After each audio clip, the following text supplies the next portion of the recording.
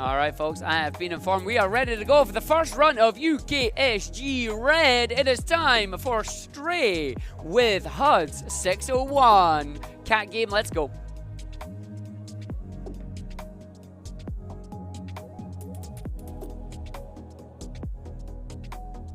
Hey! Thank you very much, Argig. Welcome, everyone. My name is Huds601. I am here to open UKSG Red 2023. We are going to be running a funny cat game, also known as Stray. Before we get underway, a couple of things we need to take care of. First off, this wonderful person sat next to me. I'm so pleased to be able to do this run in person with you, because you've commentated like every time I've done this. Pretty much. I think there's like one Stray run that I didn't commentate, and that was like, Yeah. that was it. It was like the first one I ever did. Would you like to introduce yourself? Hi, I am Mendez, and I'm going to be your commentator for this run. Hi, Mendez. I'm Huds. This is going to be such a fun run. So yeah, Stray, couple of things to make you aware of. Firstly, we're running any % PC Glitchless. Now, the way that Glitchless works in this category is if I were to accidentally glitch, and there is one point in the run where it could happen, it's absolutely fine for the run. All we do is we restart from the last checkpoint. And the run is still valid. So that's nice, because I do have a bit of a history of glitching in glitchless runs at UKSG. Secondly, I am running a macro on this. There is an official macro that we use for speed running, which binds my scroll wheel up and scroll wheel down to the keyboard, which means I can put in thousands of inputs per second. Really important for skipping dialogue, also allowed for the run. And thirdly, keep an eye out between my hands moving around. I'm running this on keyboard, mouse, and controller. I'm going to be switching between them for all three. And finally, big shout outs to Google Cheese. Cheers for the Iron Brew. It's going to get me through this. Yeah. Very important that UKSG have Iron Brew on standby at all times. Indeed. So, without further ado, let's get this run ready if we're on timer. 3, 2, 1, go. And as is tradition, we start with a really long cutscene. Mendez. Absolutely. So yeah, this is Stray. We start with a 42-second cutscene, and they really front-loaded what people want to see in Stray. So we're going to get some really cute cats stuff going on in a second. What you'll notice in the second part of the game is that this game looks completely normal. It's absolutely completely fine. These cats have not been modified in any way, I promise. Nope. Just your friendly neighborhood cat. Yep, that may have been a lie. So we open up this post-apocalyptic wasteland where we have this nice little family of cats. All get along together. So we need to go and interact with all of the 3 cats at the beginning to get through this section. We're going to do it in a very specific order. We're going to go to the one on the right here first. We're then going to go to the one in front of us at the back. And finally, we're going to go all the way to the back and get the one that you can't quite see in the background because it's quite dark. Doing it in this order saves a second. Any other order and you lose that second. So really, really important for us to do it this way. As you can see, totally normal cats. Nothing weird about that. Yeah, I love the cute cat animations in this game. They're so cute. They are very sweet, for the most part. So I'm just going to position the cat around about here. If we can get him in position. Get in position. There you go. That'll do. The reason for it is because that's where my next transition is. He's going to turn around, sit down, shortest time to finish that bit off, and we will fade to black. And immediately in to another long cutscene. The opening of the game, the first kind of 8-10 minutes so, we've got quite a lot of cutscene, quite a lot of story to kind of kick the adventure off, if you like. So we're going to be waking up the next day. Totally normal. Totally normal cat. Completely normal cat. Totally normal cat. Don't know what you're talking about. I mean, what kind of cat doesn't have long, pink, fleshy whiskers? Yeah, absolutely. And sleeps with its eyes open. You know?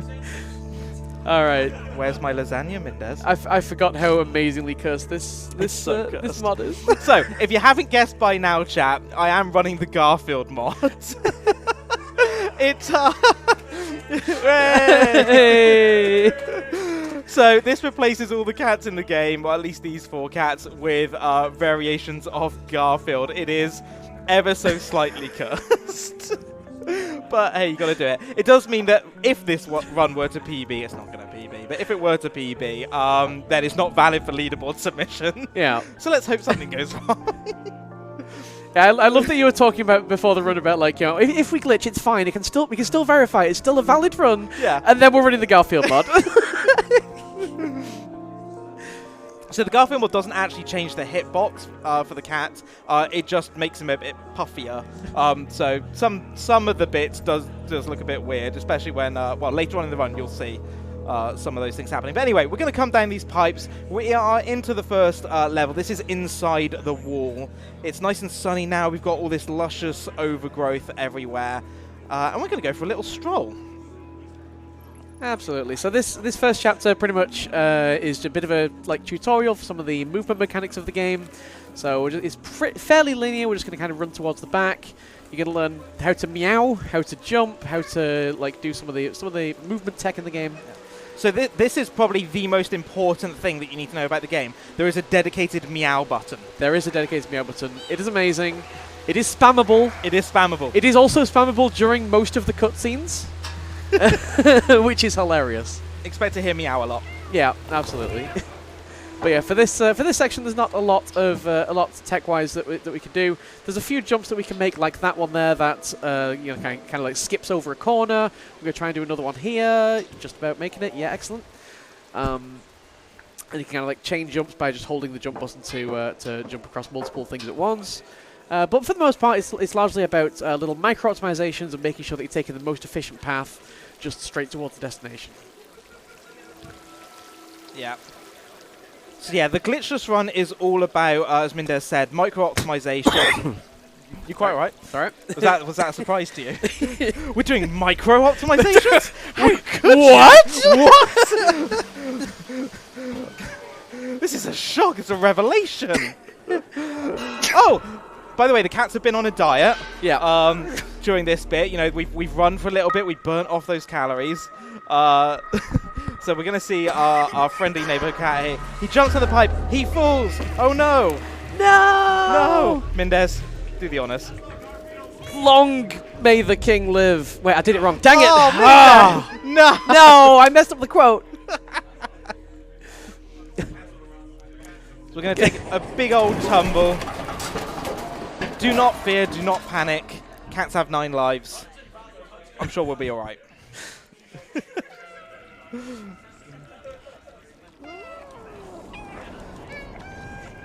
Meow! Meow! Meow! Meow! So, we awaken in the sewers. We hobbling along. Poor little Garfield. Look, his legs all hurt. The cat's crying for us. They want us to come back. Oh no. Oh. So we're gonna hobble forward with those stubby Garfield legs. So sad. So sad. So, an indeterminate amount of time has passed, and as you can see here, we are currently trapped inside the sewers. But out of nowhere, life. It awakens. What awakens, Mindez? What's going on? What could it be? All foreshadowing for the greater story ahead. Whoa. All shall be revealed. Yeah, we see those little creatures running away from the trash there, which we'll see more of later on in the run. So we're going to get the cat up. As he shakes himself awake. Little bit, magic lick makes everything better, There you go, all healed up. Lovely view from the back. I don't know why he puts it down. Raising the tail just so you get a good view. All right, okay. Slowly increasing in speed as we get over to the next chapter, which is Dead City. Yeah. So tell us something interesting about this title card here, Mindez. Yeah. So each of the chapters has a title card, and the game actually has a bit of a inbuilt language. It's got a little bit of an inbuilt written system. Like you can see a lot of the text kind of on signs in the world and on those little initial screens, and each level is associated with a word, so that word was written in that language, and the word for this one is city. And this chapter really serves as an introduction to the kind of environment that we're going to be exploring throughout the game. So it's very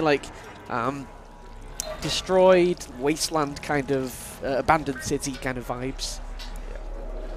So we're going to head down here, we're going to block that fan, jump down here, knock this paint can off, because we all know how much cats love to destroy their environment. So mine certainly do. Absolutely. And we're going to grab this paint can. Is it going to be 2 or 3? Come on, give me 2. Hey! I never get 2 in a marathon run. So we're going to knock that paint can off. It's going to break the window. We're going to head down into here. We've got blue paint on our paws. And shortest path over to this bucket. Down we go and jump out. And then we're going to continue on through here. So you can see this game's really good in terms of trying not to distract you from the environment. You see there's no heads-up display. There's no life counter or anything like that. And even for the directions, they're using the environment to guide us. So you can see, for example, that little up arrow just to the top right there, trying to guide us using the environment on where we should be going. So we're going to head down through this alleyway. We're going to jump down, and we're going to see this little cutscene. And you may have noticed these weird little creatures everywhere. But we're going to have our first encounter with them right now. These are absolutely, totally not head crabs. Yep, legally distinct head crabs. Legally distinct head crabs. Now, this is where things get really interesting because these are going to chase us. This is like an auto-scroller, if you like, an auto-runner. So I need to run away from them. But because we have the macro, whenever they jump onto me, we need to shake them off as fast as possible. What's really nice is I can actually hold the button for my macro to instantly get them off me. However, the same button that gets them off me, Mendez, also happens to be the meow button. Yep. So we just running through spamming the meows. I love it. So yeah, you can see every time one of them jumps on me, you get that little, oh no, I got a crate. I got a crate!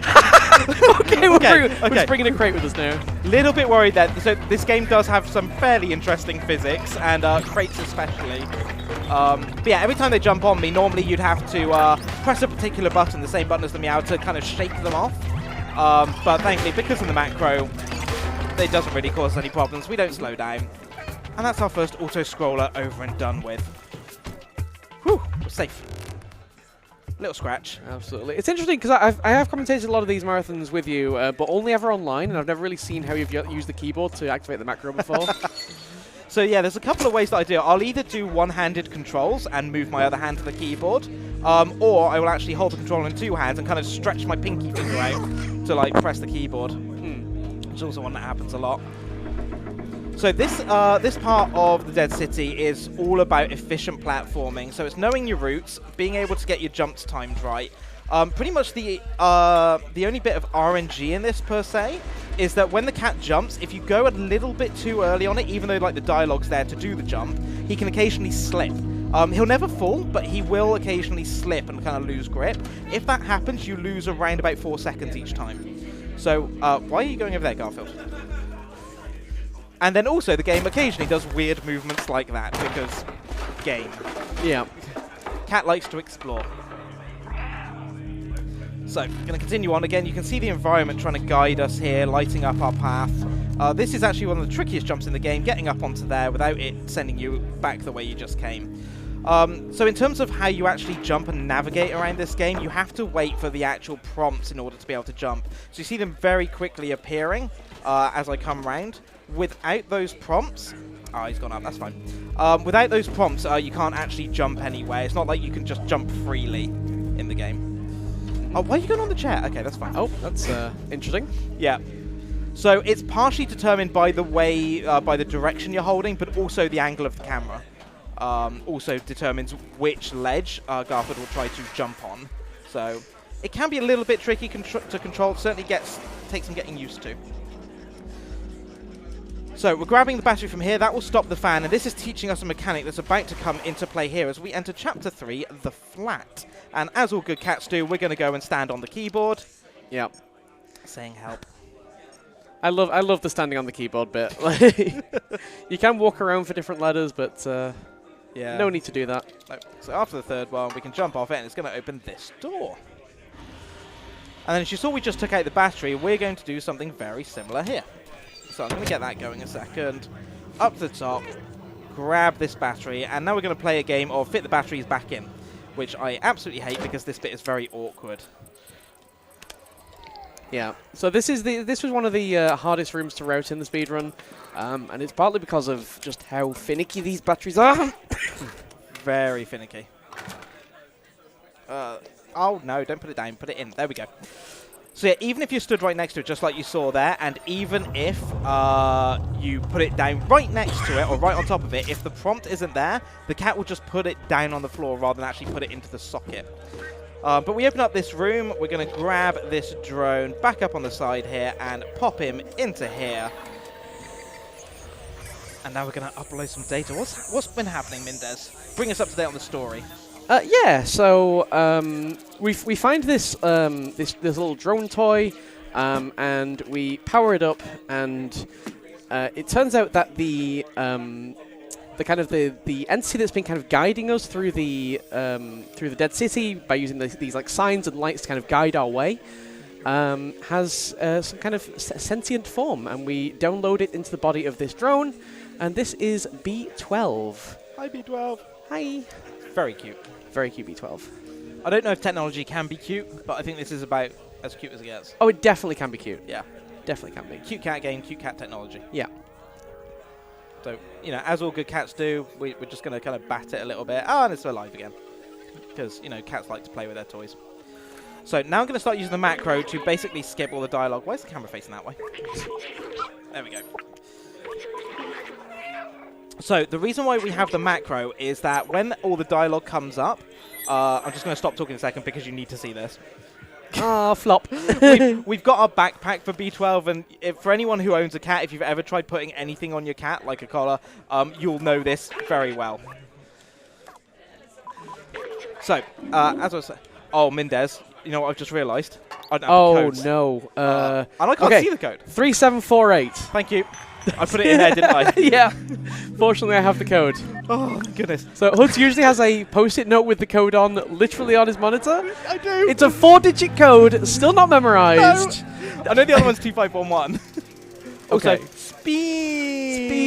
You have to spin. It's very important. Very important to validate the run by spinning. Spin. Yeah, so for anyone... I don't know how many runs of this I've done now, probably over 100, and I've yet to memorize 2 4-digit codes. Because they're just in front of me on my monitor. Why do I need to memorize them? Yep. It just occurred to me at that moment, like, oh god, where's my post-it now?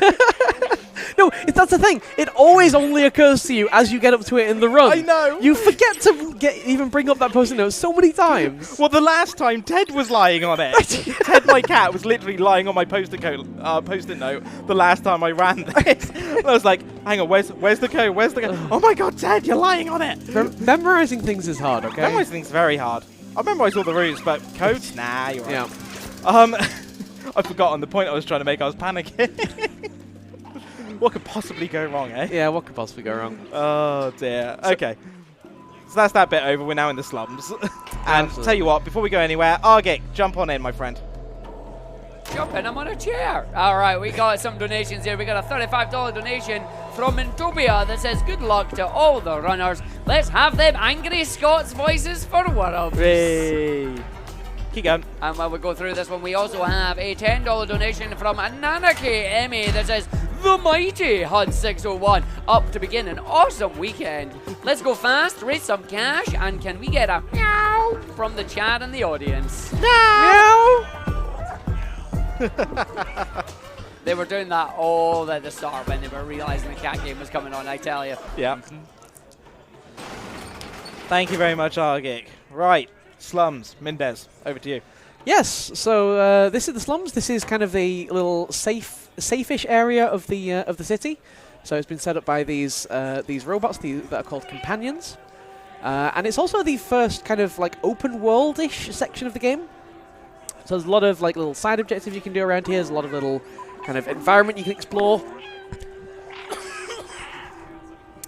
And in particular, we need to go and well, what we need to do at the moment is we need to go to 4 different houses in the slums and get the notebooks from 4 of the companions that were known as the Outsiders, who believed that they could get to the outside world.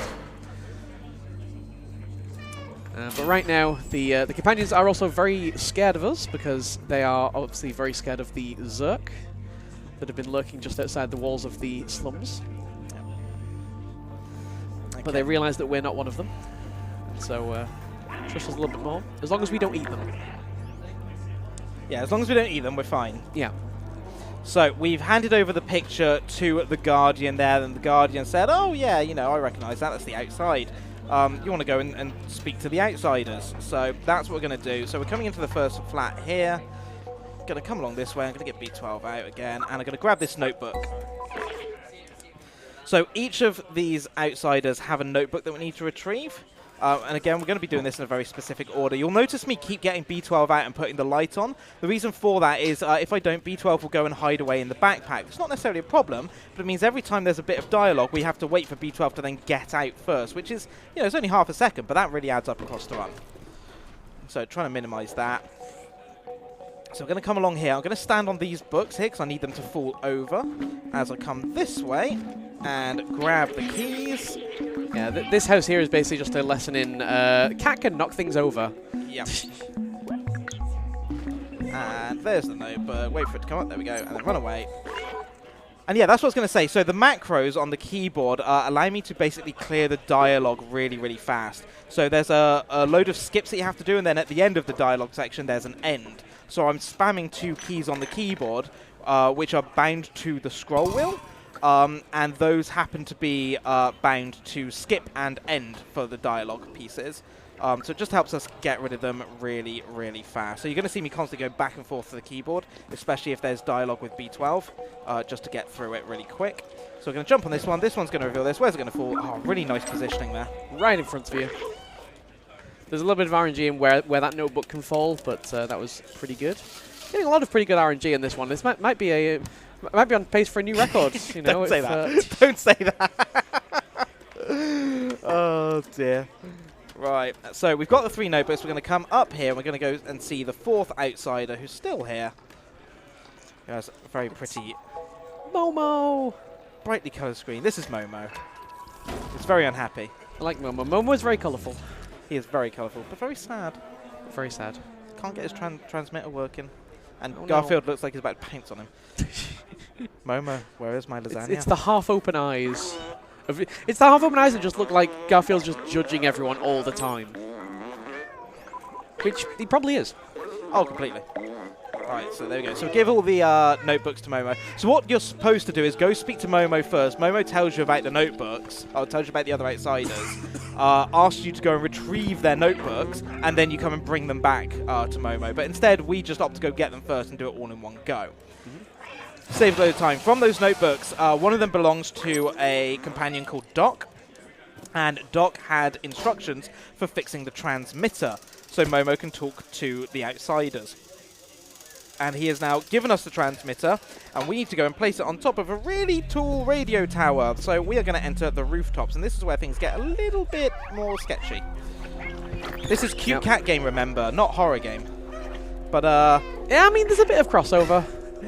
You'll start to see why the Garfield mod is on very soon, as you start to see the walls of the rooftops as we progress through this level. Yeah. So the rooftop's very overrun by Zerk. We're going to have some momentum puzzles up here, which is a really cool little mechanic where you can jump on something and it like swings over to create a new path. We've got these barrels that you can push and then jump on. So there's some really interesting kind of physics-based platforming puzzles. There we go. And up onto the girders, and there we can see, just look how overrun the city is with lasagna. Yeah, The forbidden lasagna. there is much lasagna that signifies the Zerk's area.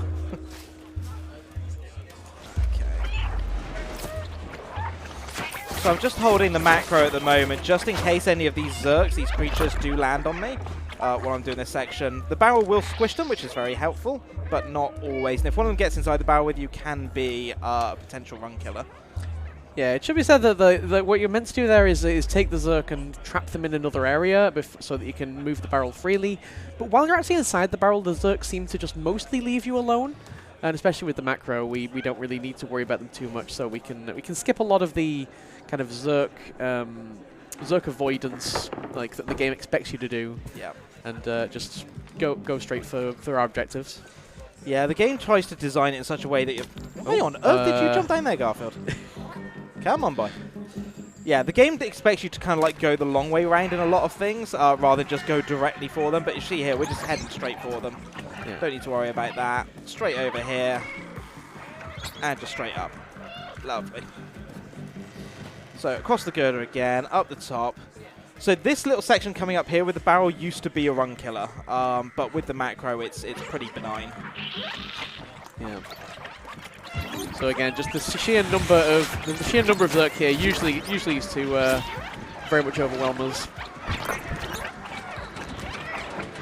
But you can see just how little Garfield's being affected just while in the barrel. There we go.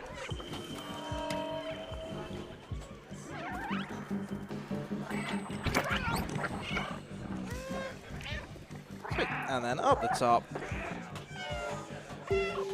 So we're going to come down to this section. We're going to jump on this lever. This is going to bring the lift down that we need to go up to reach the radio tower. So we've got around about 45 to 50 seconds waiting for this to come down and take us up. So Argic, take it away. Hello, just want to let you all know that we have got 2 other prizes that are going to be available to this event as well.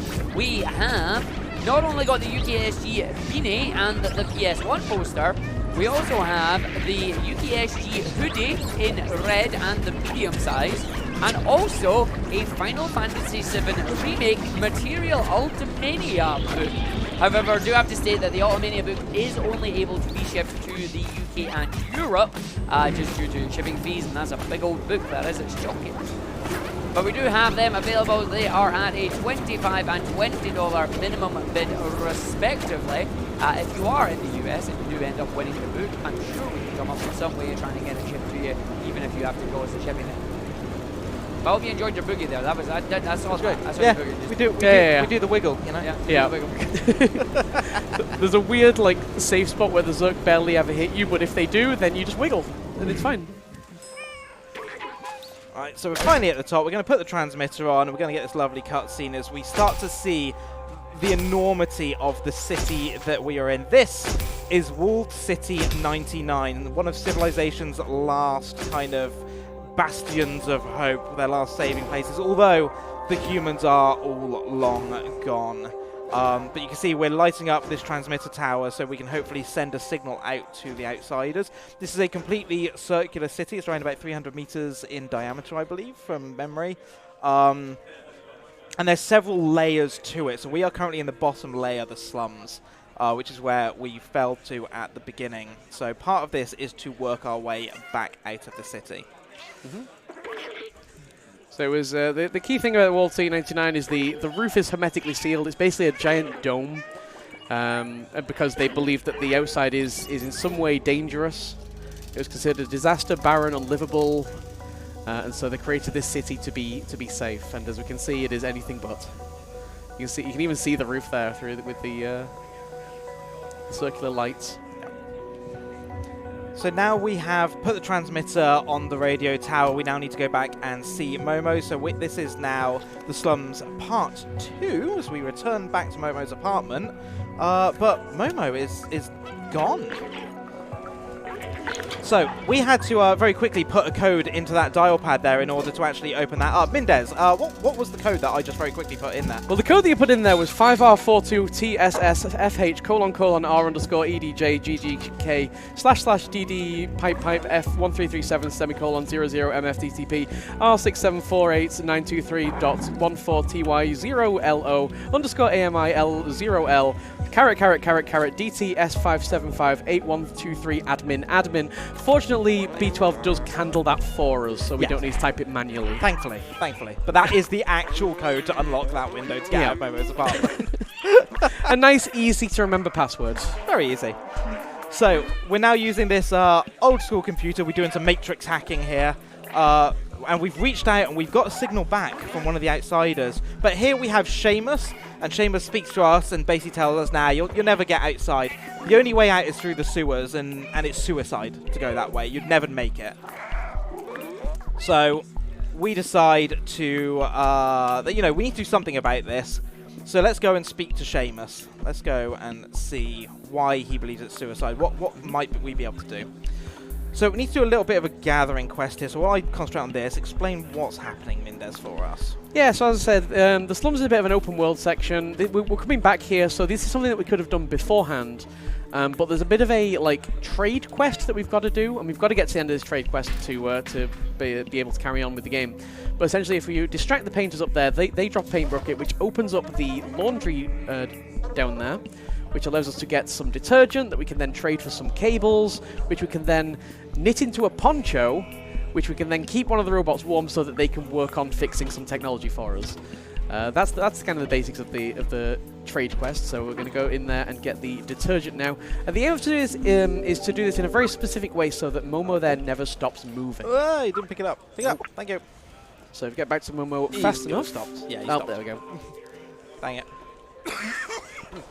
The timing is quite tight on it, but That's fine. it's all good.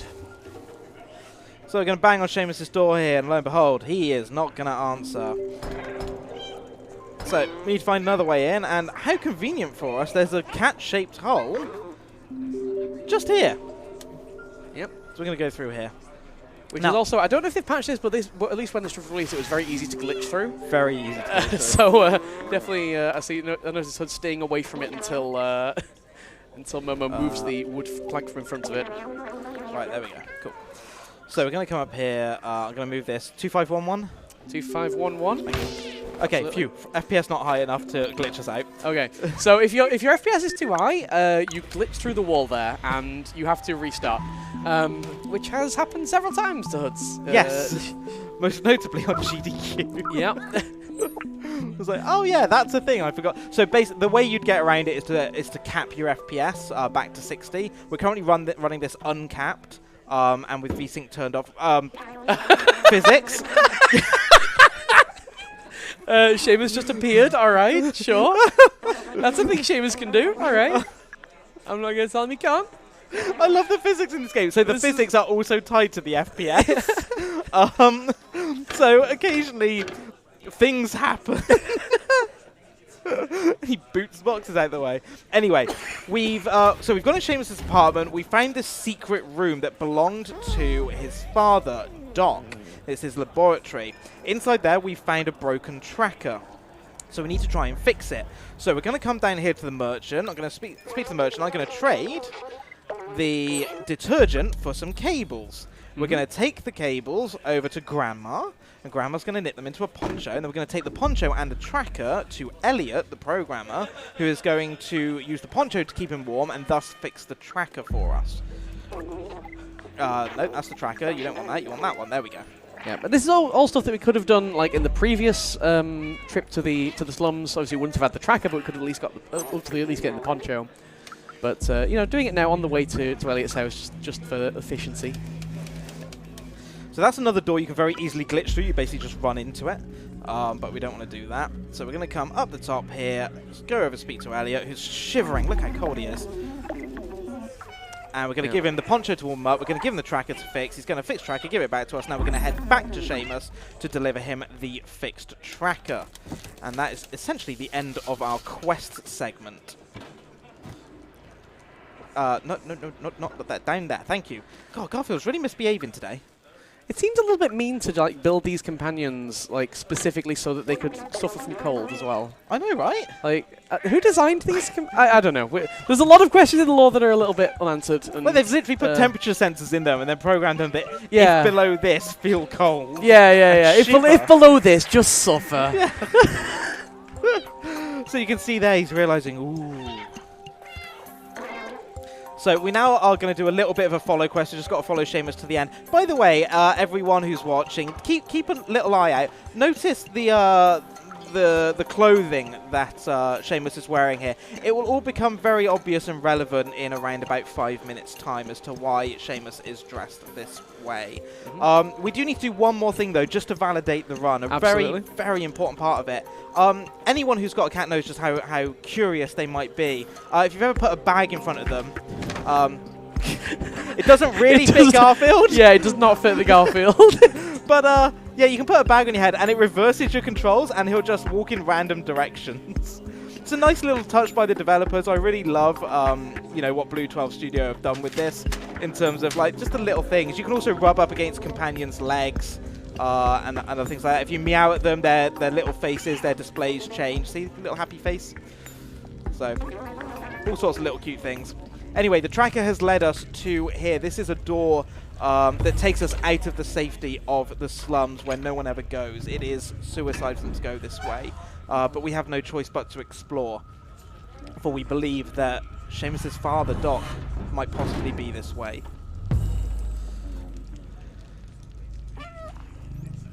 Absolutely, and the reason we're doing this is because we need to get a weapon from that we've heard that Doc has created that can deal with the Zerg. I just want to give a quick side note on the glitched run at this point. So the slums is also the main area where the glitched run diverges from the glitchless run in a pretty major way. Significant. So you know we went up and gathered all the notebooks, and then we went through the rooftops, and then we've come to here. All of these chapters can be completely skipped in the glitched run by just going out of bounds and going straight into the sewers, which is kind of hilarious. Yeah, you skip about half an hour of the game. Four chapters. Absolutely. So yeah. these are all the chapters that you'll always see on the glitches front. So this is Dead End. And I'm once again back on the keyboard, just holding the macro because this is our second kind of auto-scroller section with the Zerks. There are ways to avoid them, but it's easier just to keep a straight line and, shake them off you. So continuing on. Round here, we're going to jump up on the ledges. So these ledges here, just need to make sure we time our jumps nicely. There we go. Nice and straightforward. Over the little sewer, straight through this lot, straight through the next lot. Yeah, before we had the macro, it was a lot more dicey to get through areas like this. There we go. And then a little momentum-based puzzle here. So again, the game taking the mechanics we've already learned and applying them once again in slightly different ways, so that we can get a load of that. Hello? Okay. Where's my jump? Really? That's never happened before. Yeah, so that's genuinely never happened. I have never had that jump not give me enough momentum. First run of the marathon, everybody. We've already got a counter of 1. Oh dear. Oh, I love the way this game just throws things at you. Yeah. B12 having a look at us. I like to think that B12 was being really kind to say, "Oh, are you okay? You look really injured." The likelihood is he's probably saying, "Oi, get up." Yeah. You got places to go. Lick it off and get on with it. Right. Places to go. Some climbing to do. Yeah. Wells to save. Oh, momentum's fun. Okay, so a little bit of a climbing section here. We're going to come to left. I'm going to keep left because there's going to be a little jump just here. We need to do on the left side, up and over the fence. And around this courtyard, which we're going to be seeing again in a second. And this house right in front of us here is, well, it's Doc's house. So we need to find a way into it. We're going to come around the back here. And, oh, look, a very convenient window that's open. Got some Zerks in the cage. We're going to head on down.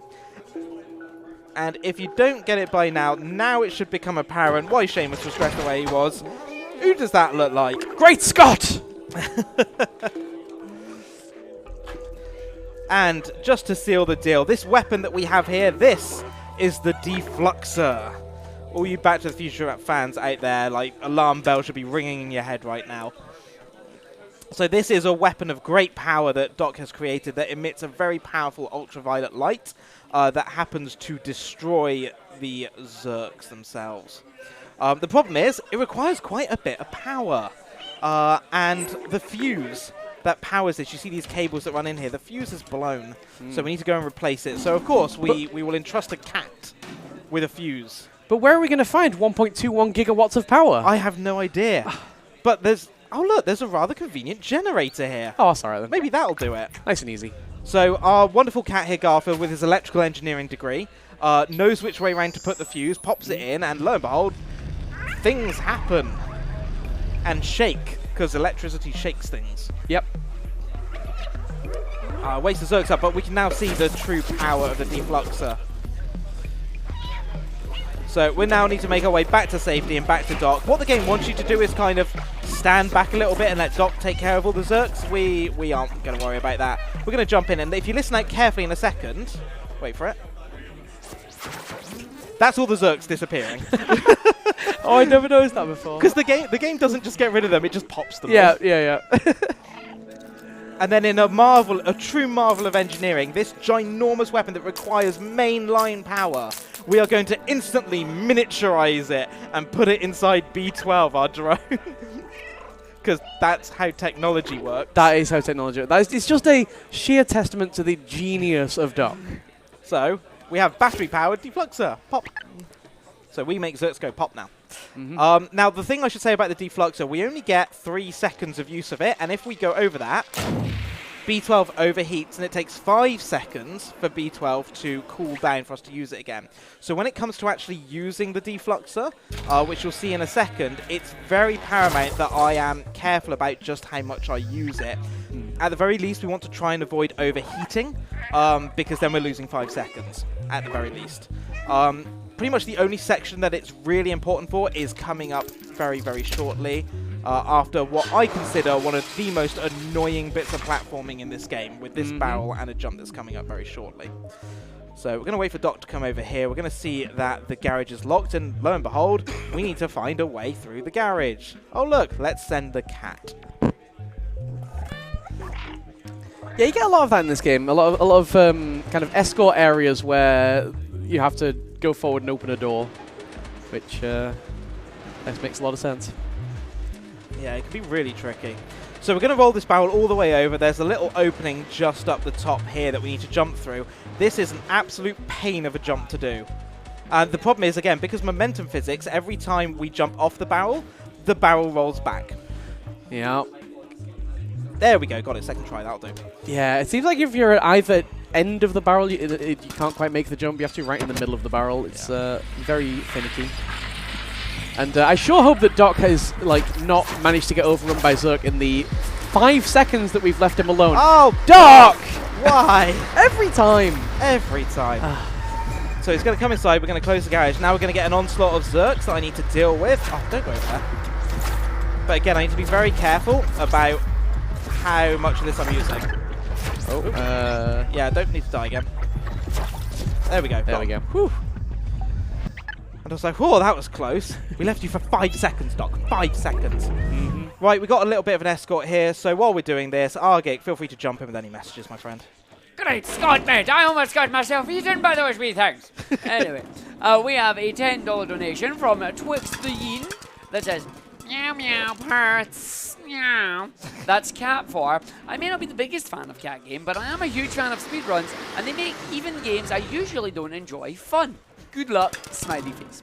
Oh. And we also have a $5 donation from Cowboy Knuckles. Yay. It says, Cat Game! Let's go, Huds and Mendez. Good luck, runners, this weekend. Wish I could be there with you.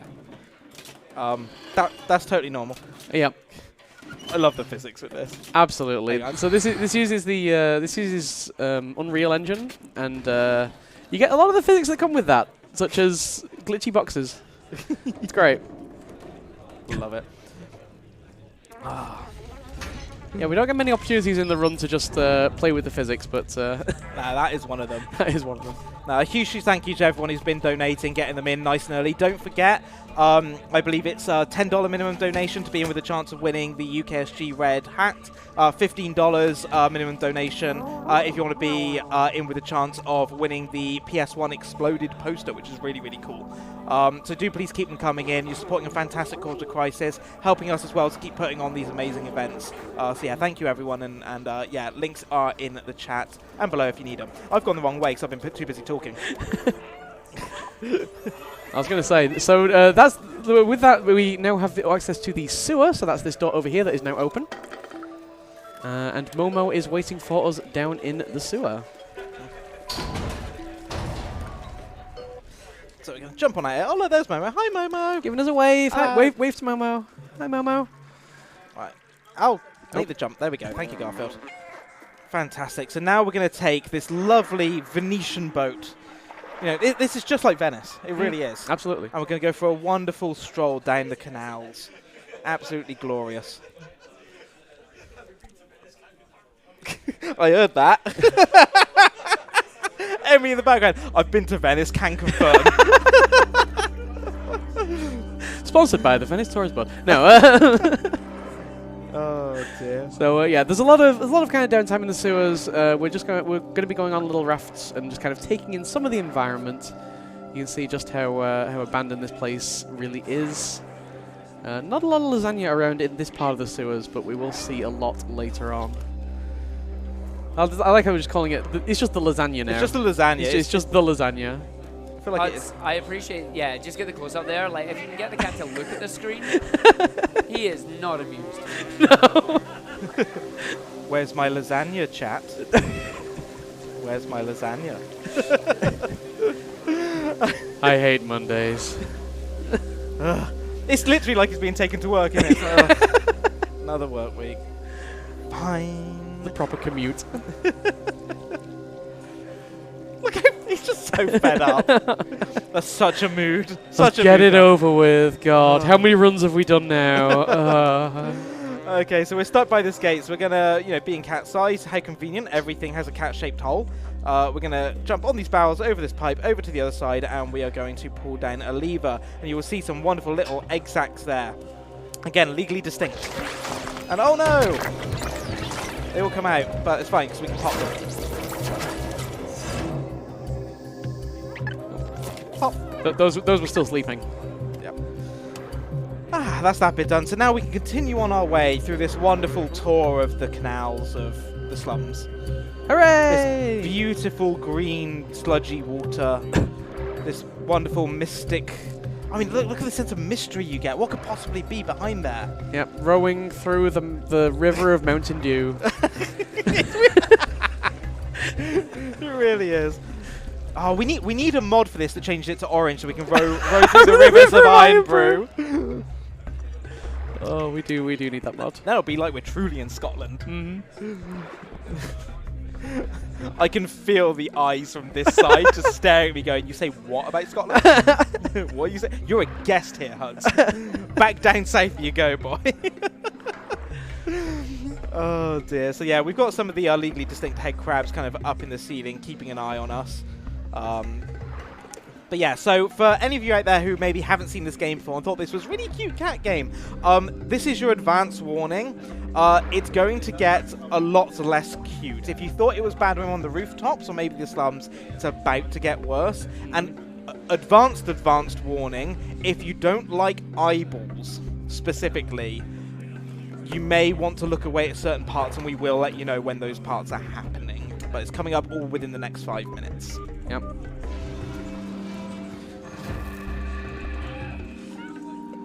And pop! Because nothing can go right on this adventure.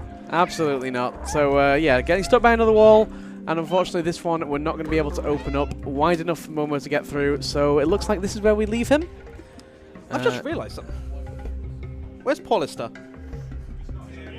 Is he gone? Oh, I just thought to myself, doesn't Paulister have a shirt that looks a bit like that?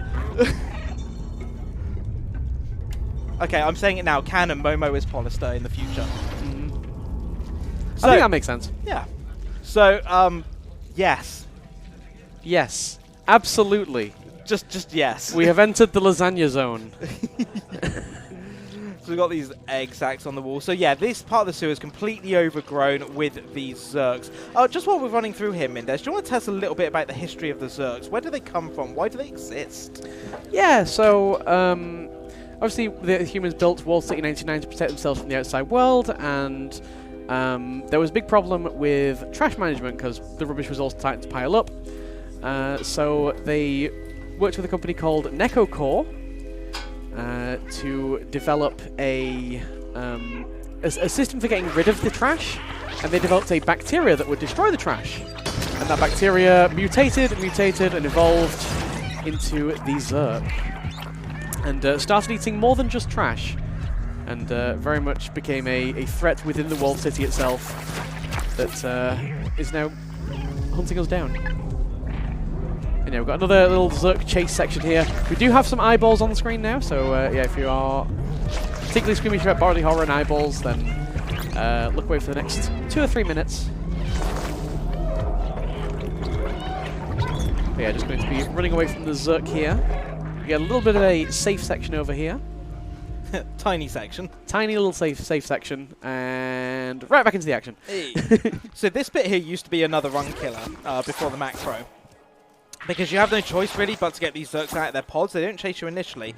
But as you're going to see here for this door, we have 2 switches to undo. One that side, And now we've got to go all the way back round to the other side, which means we're going to run straight through the Zerks we just let out. And if one of these got hold of you, that was basically it. Like, you're taking an L. And then they drop from here, all sorts of bad things. Actually got really good RNG on that one. I don't think any really grabbed onto me. But yeah, with the macro, because we can just hold the button, it instantly gets them off us. Fairly safe. So, run through this door. We're going to come around this corner. There is going to be a cutscene that lasts around about 50 seconds. Again, if you're not into eyeballs, look away now. Also, really interesting fact for everyone out there watching. What you're about to see is not explained anywhere in the game, doesn't affect the game in any way, and never comes up again. Yeah. They literally just thought, giant eyeball! That's what we need in this game right now. No one knows why they're here, they just are. And it doesn't change anything, and you never see them beyond this. It's just eyeballs for the sake of eyeballs. Yeah. So if anyone has any fan theories on why the sewer is just full of eyeballs, answers on a postcard. Okay, so this is our next auto-scroller section, so another Zerk chase here. This one's actually not too bad. Normally you don't actually have to hold the macro for safety. So you can hear me constantly meowing in the background. Meow, meow. I mainly do it. That's a feature. That's enhancing the run, I think. It is enhancing it. So we're going to do this little chase sequence here off the left-hand side. So the Zerks will come from various sides to kind of force us down a particular route. I've never tried deviating from it, though, and seeing what's actually there. I don't actually know if you can take a different route. It's pretty much just all dead ends. Yeah, that wouldn't surprise me. Yeah. I mean, you're meant to cross over that side, because obviously to come down on the right, then the left, but yeah. Even still, it's just running pretty much running back and through this door that's closing over here. Lovely. So we're going to be exiting the sewers soon. Arg, if you want to jump in with any messages, my friend, you've got about half a minute. We have a $15 donation from Goose. Just says no comment. No, seriously, that's what it says. No comment. Donators, remember to leave a comment or leave it empty if you want. It's up to you. Anyway, let's move on. Hey, can someone from production get me a Sprite? Thank you in advance. I want to say that is actually what the donation comment says, by the way. Just Who said that one? Goose. Oh, It's legitimately the entire comment, just in case you actually say, like, wait, is this also part of the comment? No, this is now ending. Oh, right. Was that also part of the comment? It might have been. Were we part of the comment? Surprisingly, yes. Ah. Oh, God. Oh, my God, I'm in the Matrix. It's all scripted. Thank you, Arkick. Right, we are here. The peaceful part of the run. This is Ant Village. Also the shortest part of the run. Consists of this initial cutscene, and we are going to get one of the biggest revelations of the run here. Mendez, talk us through it. Absolutely. So when we get here, B12 sees this little machine, this like pod thing that you see in the background there, and recalls that B12 used to be a scientist, and he used one to... he got sick, and then as his last hope, he was all alone. He essentially froze himself inside this pod and uploaded himself into the computer. And that kind of is a massive realization for B12. You know, he has a bit of an existential crisis. And the upload went wrong, and he was kind of stuck in the computer for hundreds of years until we download him into the body that he's in now. And who's this wonderful character? So this is Zbaltazar, which is always a fun name to pronounce. And this is one of the outsiders, along with Momo, who we've already met, and Doc, who we've already met. And he tells us about Clementine, the final of the outsiders, who went even higher up to Midtown, and gives us Clementine's address, and tells us basically where to find her, so that we can continue on our way to finding the last of the outsiders. And we're going to escape the Ant Village, having climbed fairly high. That is Ant Village. That's how quick that chapter can be. Yeah. Ant Village it's a bit of an open world thing. There's a few like side quests to do there, but you don't need to do them. No. If you want 100% the game, then you will need to do them. There's I think there's 2 side quests in that area. But we're not going to do that. So, this area here that we've just come out of, keep an eye on that. We are going to be coming back here much later on in the run, but we are going to be entering this subway terminal. And B12 is starting to remember, starting to get his memories back, and tells us about how he used to come down here every day to go to work, you know, as you do.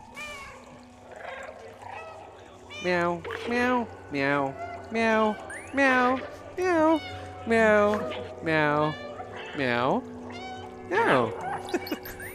I like to feel like the cat's actually having a conversation with B12, you know? Yeah, absolutely. The other thing about B12 has lost all his memories, and kind of the further through the game we get, the more kind of memories that you're unlocking. So there's 5 like main memories that are part of the main storyline, and then there's a bunch of optional memories off to the side that are part of 100% in the game. But yeah, this is Midtown, and it's a stark difference from the slums that we saw before. Yeah, so you can see much brighter, a lot more going on. There's proper shops everywhere. We're going to head over into this corner of Midtown. It's kind of designed like a crossroads kind of area, because up in this section here with the flats is where we're going to Clementine's flat. This was rerouted around about 3 months ago or so, when it was discovered how one particular section of the game that's coming up actually works. And we basically discovered, like, there was around about a 20-second time save based on rerouting it and doing things in a different order.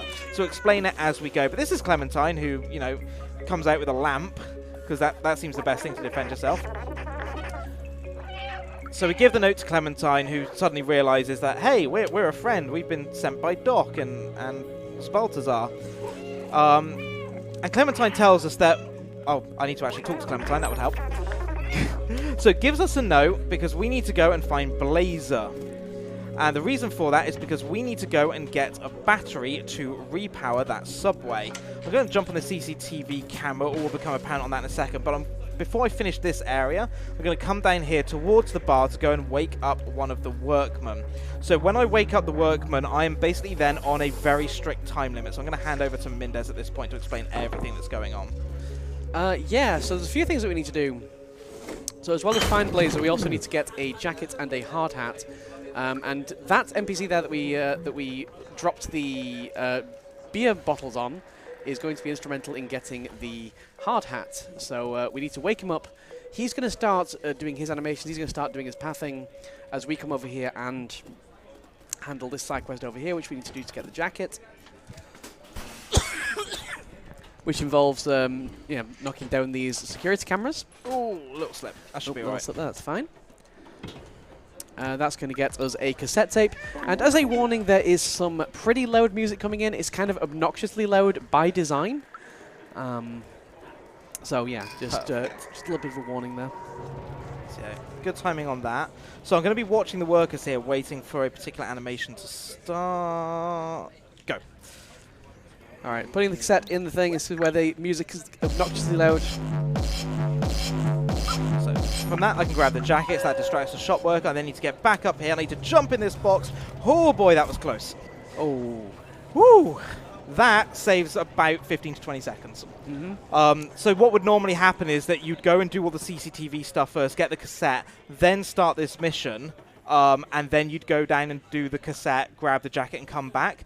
But by starting him first, it saves a load of time, but it does make it really tight on the cycles. And if you miss it, you have to wait for him to take the box all the way in, come all the way back out, and pick up a whole brand new box. It's about a 30-second time loss. That note. Yeah. So I'm going to give the note to Blazer now, saying that we're from Clementine, like we're a friend and everything. And Blazer tells us, hey, you need to go and get a helmet and a jacket. Lo and behold, we've already got them, so we can then give them straight to Blazer, who dons them and can now disguise himself as a worker of the Necrocorp factory. We're going to jump in this box because, you know, we're solid snaking this. And we're going to sneak our way into the Necrocorp factory. It's the perfect heist plan. It really is. What could possibly go wrong? I mean, aside from the fact the box is literally open and you can see into it. I mean, do they have eyes, though? All the eyes are in the sewer. I don't know. Interesting, I can't meow during this section, but yeah, totally normal box. Totally normal box, yep. Yeah, everything looks good here. Good box, yeah. Good box. I like that box. Yeah, nice box. In you go. Thank you very much. No ID checks. Nope. Wouldn't pass security for me. Nope. Okay. So this is where the first bit of peril comes in the run. This is a little bit RNG, a little bit skill. I'll be honest, mostly RNG, because I'm not blaming myself if this goes wrong. Please don't shoot me, please don't shoot me, please don't shoot me. Okay. Ooh. Okay. Woo. That was close. That was all skill. Yeah, okay. It's skill if you don't get caught. Basically. Yeah. So able to jump back on that momentum platform. Yeah. So fun fact, that momentum platform is meant to go back by itself, and you're supposed to go around a different way to get back. If you uncap the FPS and you jump off it quick enough, you actually jump off it before it finishes its swing, and thus it doesn't get the signal to go back on itself. We're going to go in this barrel here, totally normal barrel moving all by itself, no need to worry. And this will allow us to get through the lasers, because thankfully the lasers are coming from that side, not the other side. So perfect. Yeah, although what's the point of those lasers? Because surely they still detect that something has gone through them. Surely that should still trip whatever it is that, like, whatever security system here is operated by those lasers should still trip, right? I mean, we just got in the factory without any ID checks. Okay, I don't think they're worried too much about what the lasers are doing. That's fair. They just those lasers are just for show, I guess. So we've got a little puzzle here. We need to get... What have we decided these are? Because they remind me of the toaster machine out of Archer. Like I've not heard that one the before. photocopier toaster thing. But they've got Wi-Fi antennas on the back. Yeah. I always thought there was like mobile printers or photocopier type things. When's the paper come out? I don't know. Okay, so we can release the battery. It shuts the factory down, and it triggers all the alarms. But it's fine because it also happens to open the door. So we can just get straight out here into the barrel, spin. Yeah, you also get a lot of lag during that section as well. That just happens no matter what computer you're using, frankly, because I think it loads in the rest of the level again, and it is super laggy. I mean, I run it on an RTX 3080, and it still lags. But it's fine. So you're going to notice a few things different here in Midtown. It's now under lockdown. You can see the little police tape danger thing going around there. And we're going to go back to the flats, and you can see that it's all been cordoned off. Now, if I've timed this correctly, this first one should miss me. Good. Second one, though, will get me. That's not a problem, because he shouldn't shoot me. There we go. Corner just in time. Whew. And a lot of these, like, the delay between them seeing you and shooting you is so large that you can just run around the corner and not be particularly in danger. Need to avoid that one left. Now this next one's a little bit RNG in terms of where it's positioned and if it's going to see me. That's good. We should be okay for coming back, that means, so I'm not going to have to reset last checkpoint. So if the last one there sees you as you enter Clem's apartment, it will be waiting for you outside Clem's apartment when you leave as well. Oh, I thought I forgot to do something. So I forgot to pull that out. Not being seen by that is actually a pretty decent time save. So, we've come back to the apartment. Clementine's missing and has left us a note that's been coded into 4 separate artifacts around the apartment. So we need to go and find all the different parts of the note. Here's the last one. And it will tell us that Clementine is at the club. We need to go and find her at the club. So that's what we're going to do. Oh, perfect. Look at that. Lovely. It's been a while since I've seen you get through there and not be seen. That's, normally I get seen and have to avoid being shot. Very good luck. Getting a lot of good RNG in this run so far. It's been a mixed bag, I'd say. But yeah, for the most part, it's been pretty good. New record incoming. No. Okay, so we're going to head up to the club here. We're going to take this little shortcut this way. Hop on over. Go and speak to this companion. Say, oi, excuse me, please. Thank you, Alex. And then we need to go and get a handle. So I'm going to grab this drink here. I'm going to go and exchange this with a companion over here who just happens to be holding a handle because why not? And then head over here. We're going to pop the handle into here. I mean, he's clearly holding a handle just in case someone's offering a drink. Yeah. Well, exactly. Yeah. You know, the normal trade. Use the handle. We can hide that thing. It's going to really annoy the DJ who comes back. Press the handle the other way. This sends us up and we can get up to the top section. And now we're going to do a little bit of DJ production here. Just going to move some of the lights around. So one on the right, one on the left. We do a little bit of shenanigans. Yep, and creating a little bit of a path over to the VIP area over there. Who's that? That's Blazer. What's Blazer doing here? Blazer with another robot with a purple top hat. I don't know what his deal is. He's just vibing. I wonder who that's meant to be. Most of the things in this game are like Easter eggs relating to different real-life events or people or games. Yeah. Did Willy Wonka wear a purple top hat? Maybe it's Willy Wonka. Maybe it's Willy. Maybe Willy Wonka is just in this nightclub. I feel it's just robot Willy Wonka. Why not? Sure. All right. This is no canon. I want this on the Stray Wiki. Okay, now annoyingly I don't have my auto split, but I should be able to see when to reset here. There. Yeah, we're good. Cool. So, we've just gone and found Blazer, and Blazer has done that typical bad, evil person thing of monologuing to the cat his entire evil plan, because of course you're going to tell the cat that, you know. Anyway, we've been trapped in this cage. We are in jail. The reason I did the reset there is that if I wait for the cutscene to like kind of fade back, I have to wait like about 10 seconds longer before I can start moving this cage. If you just reset last checkpoint, then you can immediately start moving it. So it's kind of a little bit of a time save on that one. So we're going to make our way through the jail now, just getting through some of these puzzles. So Argic, feel free to jump in, mate. Very much. We've got ourselves a $10 donation from Yuri that says, I've got a sudden urge for lasagna. Ooh. Know anything about that, Huds? Nah, no idea. Don't know where that would come from, but lasagna is awesome. Fair enough. We also have a $20 donation from Calliope saying, watching my first UKSG, and it starts out so cute. The game, the runner, the commentator, the host, the chat. Cuteness all round. Aww. Keep being awesome, y'all. Donating towards the 2-player, 1-controller mission in Mirror's Edge, because that sounds absolutely amazing. And it does indeed. Remember, folks, we do have our donation incentives as well. So when you do put your donations in, please make sure to put it towards one of the incentives. We do want to see all of them if we can. Thank you very much, Argate. There's only one response to such an amazing donation comment like that, which is no you. No you, chat.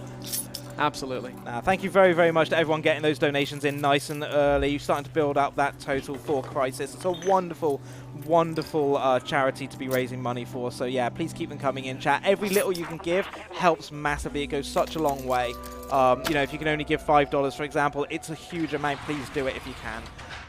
Anyway, in jail, we have found Clementine. We have been given the instruction to go get the keys. We've got the keys, brought them back, and Clementine has released herself. So now we're going to follow Clementine around the jail as she opens things up. Need to be a little bit careful here about how quickly I go through this door. There is a glitch that can be performed here that causes Clementine to effectively race through this section.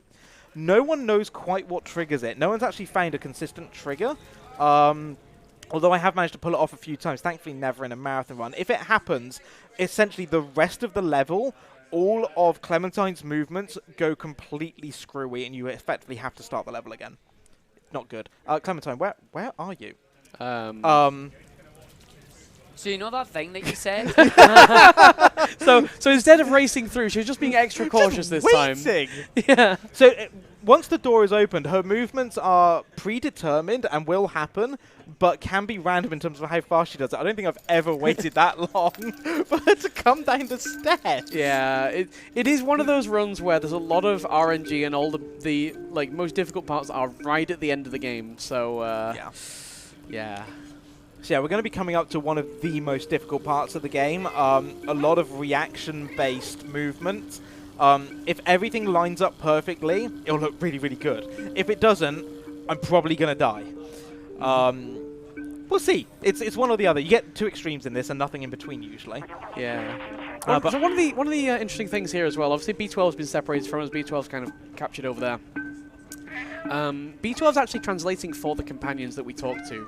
So the cat can't actually talk to the companions right now. So Clementine's just kind of, you know, doing her own thing, and we're kind of intuiting what she wants, but we can't actually talk to her at the moment. So that's why we need B12 to be able to translate for us, and to be able to hack into certain doors and things like that.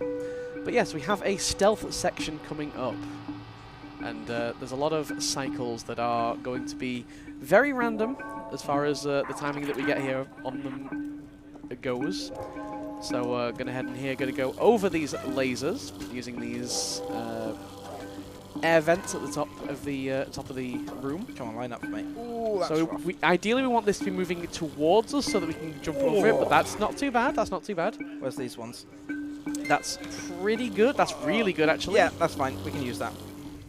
Oh, perfect. That was really, really good cycles there. Okay, explain what's going on here. All right, so now we have a cutscene here. So as soon as you Where's the cat? Activate that. Oh, this is bad. You can still run during the cutscene. Oh, this is really However, bad. ooh, I am not where I'm meant to be. You can run all the way to B12. Not quite getting it there, but that's fine. It's very difficult because that's fine. you have to control the cat without being able to see the cat. Yeah, so during that cutscene, you can still control the cat. So what you do is you get him out of that little control room with the switch, come round all the way to B12's platform. But I got stuck and then couldn't figure out where the cat was to move him back. So yeah, I got stuck a little bit halfway through. Thankfully, didn't land inside one of those zones where the Sentinels were actually looking for. If I had and I triggered one, that would have been very bad. Oh yeah. So got a little bit lucky on that. But other than that, the RNG was actually pretty good. I'm not gonna lie. That is definitely one of the rooms where if you don't use the glitch where you can still move in the cutscene. It's not really. It's not a glitch. It's just literally how the game works. You just move in the cutscene. It's the glitchless run after all. Yeah. Yeah, if you don't, then that room very much has to be taken with stealth, avoiding those sentinels. Hello, chat. Where's my lasagna? Oh, wow. Sorry, Clem. Okay, gonna go for a strat here, which is the fast Clem, see if I get it. You basically avoid a cycle here if you're quick enough. Oh, no, I'm in the wrong position. That's fine. So you can actually jump straight onto Clem's head and straight over the top without having to wait for it to come up. Saves 2 seconds if you get it. Not the end of the world. Nice little strat, but it requires very specific positioning, not just for the cat, but the camera as well. And here's the other little bit of jeopardy right now. We have these 2 areas. Well, the first one has 1 sentinel in it. The second one has 2 sentinels in it. I need to essentially get this one to chase me and try and, well, kill me. I need to use that door. Ah! Ooh. Okay. Go around, trap him inside, and then come back out the door. Whew, first one done. So Clem can now safely come out. And then we're going to repeat it again, but this next one has 2 of them to do. Depending on their position, this can either be very, very easy to do without any real problem, or I'm going to be avoiding bullets. Are they bullets or lasers? I don't really know what they shoot. They're like laser bullets. I think they're more lasers. I don't know where they'd like store their ammo capacity because they're a bit like. Maybe it's like Star Trek. Maybe they're phasers. Yeah. Ooh. So I'm going to meow at it just to get its attention. It turns around. Go red. Thank you very much. Right. Hit that. Please don't shoot me. Please don't shoot me. Oh, ah. Yeah. Using the columns there to block the shots. Beautiful. And perfect. And then Clem's comes through. So we've got about another 30 seconds of just kind of walking with the companion. Argate, feel free to jump in. We got ourselves a $25 donation from Zen Yunon that just says, meow. And we have a $10 donation from Nashlax that says, and hold on, I'm going to put the monocle on for this. Oh, no. I have to support my fellow lasagna connoisseur and cat lover. Best of luck to all the runners, and let's raise some money for an important cause. Thank you all very, very much. Okay, so we are now in this area, and we've got this van over here, so we're going to get Clem's attention by rattling the keys, as you do. And Clem is going to hop in this van, but we need to find a way to open the garage door and let us back out into the open. So Clem's telling us basically, jump on the back of the van, I'll back it up and get you up and over this wall. So this bit's all fairly straightforward, but in a minute we're going to be going for a strat called Fast Van. What might that be, Mindes? So, this level actually ends as soon as you jump on the van at the end. Now, what you're meant to do is kind of chase the van for a bit and eventually kind of be able to jump on the van. But what we can do, just through purely efficient movement and cutting these corners as fine as possible, we can get on the van before you're actually intended to. So getting on the right side of the thing there, cutting this corner very fine. You can just about get a trigger right here. There it is. Perfect. Woo! Nice. It's pretty tight, but it does save literally like 10 seconds. There's a lot of things in this game where like it's just the saving of like a few seconds. This is actually a fairly easy game to just get a full run off. But every single like extra little strat, extra little bit of time save, extra little bit of efficiency just saves seconds over the whole run, and then all add up massively. So I'm having an inception moment right now. Oh God. Hibby, you're gonna rip like a hole in the space-time continuum if you keep that on camera. It's just gonna go round and round in circles. Infinite meow. Nah, no, it's not. It's a Mac. Oh, I know. Who speedruns on a Mac, eh? Never catch me doing that.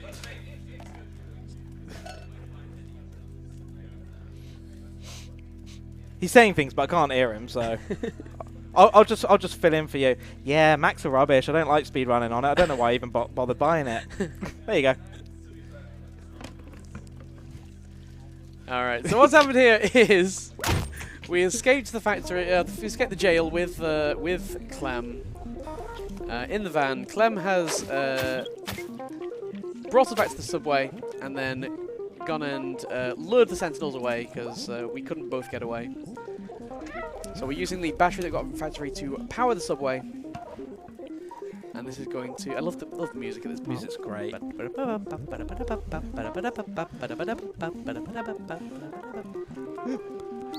So we're using the battery that we took from Neko Corp to power the subway. We're using the keys that Clem just gave us when she let us escape to turn the subway on, and we're going to be heading towards our final chapter of the game.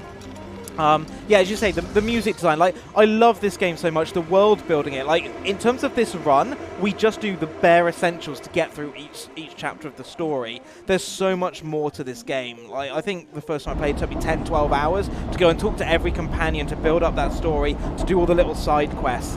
Every little detail has been thought about in regards to that kind of world building, and you kind of find out so much about what actually happened towards City 99, what happened to the humans, why the companions came about. All of that is, you know, you find little bits of that story throughout the entire game. The sound design is beautiful. It really complements the game well. The level design, you know, each area having kind of a very unique and distinct feel. And we're going to get that again here in our final chapter, as it looks all very clean. Yeah, completely different to anything we've seen, either from the slums or from Midtown or from anywhere. No Zerk here, no lasagna. I'm sorry, Garfield. But this is the control room. And this is, yeah, you can see maintenance companions just like painting the same bit of wall over and over again, just keeping the place tidy. Yeah, this is just completely untouched by the horrors that we've seen elsewhere. Oh, no, that's bad. Oh, not quite getting the... So you can do that in one cycle without having to lure the... without having to go back and activate the door again once you've lured the printer over, but unfortunately, not quite getting that bit is very tight. I definitely got up in time, he just wouldn't scratch it. Yeah. Got back down. Silly Garfield. It's because you told him there's no lasagna. It is. Garfield is now being rebellious. Misbehaving now. Yeah. So we get our final little bit here of story from B12. Mindez, do you want to fill us in what the final kind of revelations are that we get? Yeah, so B12 is one of the scientists in the city. Remembers a lot about his life now and about how he hated the people that were up in the control room, looking down from their ivory towers. You know, they had their clean spaces, limitless power, the freedom to move. And they kind of like watched over the entire city as there was a plague breaking out in the lower areas of the city. Everyone down in the lower cities were dying, and they thought they were above it all. They did nothing to help us. I watched my family die. I felt helpless, says B12. And B12 tells us that while he can't help his family, he can still help us, and he will carry the memories of his family with him. So you can see here the roof control station system is locked. We've managed to start it up by, you know, doing the cat thing of standing on the keyboards. But now we need to actually unlock it. So we're gonna do a little bit of, you know, cat engineering here. As you do. Yeah. We'll just, you know, claw at the cables, and that seems to work. And then B12 can actually hack into the system and unlock it. But you see, each time he's taking a little bit of damage. Yeah, I think they call this physical penetration testing. As far as security goes. So yes. we're hacking into these terminals.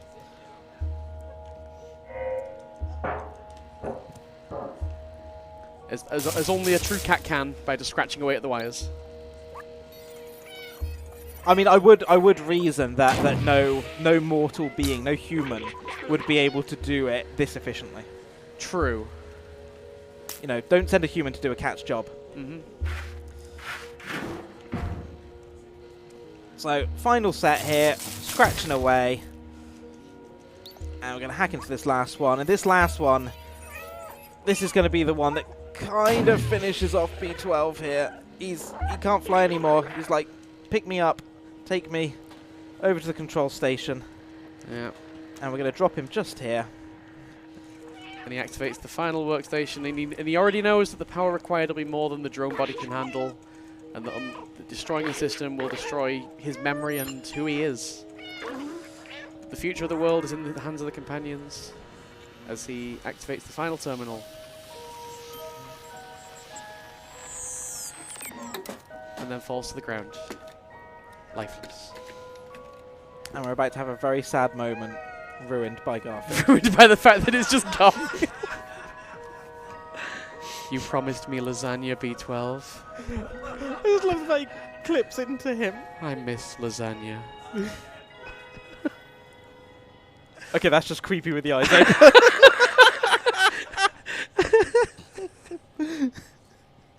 This is why we can't have nice things, Huds. Almost as bad as when I did this run with Spyro. We don't speak about that run. But in the outside world, the roof opens up and light starts flooding into the world. We can see the slums area that we ran through before. The Zircon is all being destroyed by the ultraviolet light from the sun.